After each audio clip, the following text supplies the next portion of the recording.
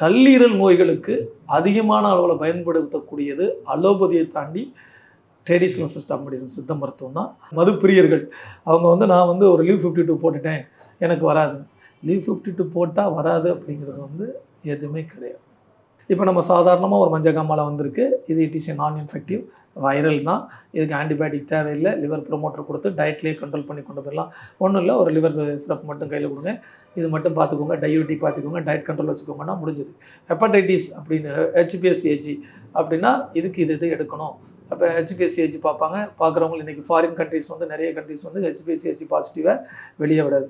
இது எதில் டிரான்ஸ்மிட்டட் ஆகுது அப்படிங்கிறத சொல்லிவிட்டு அவங்களுடைய வைரல் லோடு அதிகமாகாத அளவுக்கு, லிவரை பாதிக்காத அளவுக்கு அப்படியே வச்சுக்கலாம்.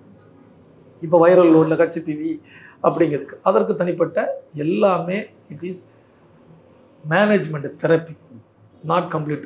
ஒன்லி ஒன் உலக நாடுகள் அனைத்தும் நம்மளை ஏற்றுக்கொள்ளக்கூடிய ஒரே ஒரு விஷயம் என்னன்னா, இந்த கல்லீரல் நோய்களுக்கு அதிகமான அளவில் பயன்படுத்தக்கூடியது அலோபதியை தாண்டி ட்ரெடிஷ்னல் சிஸ்டம் மெடிசன், சித்த மருத்துவம் தான்.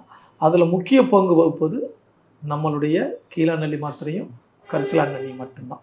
உலக நாடுகளில் அதுக்கு அயல் நாடுகள் இதை பேட்டர்ன் வாங்கியிருக்காங்க. கீழாநெல்லியை அயல் நாடுகள் பேட்டர்ன் வாங்கியிருக்காங்க. லிவர் அப்படின்னு சொன்னால் மதுப்பிரியர்கள் அவங்க நான் ஒரு லீவ் 52 போட்டுட்டேன் எனக்கு வராது.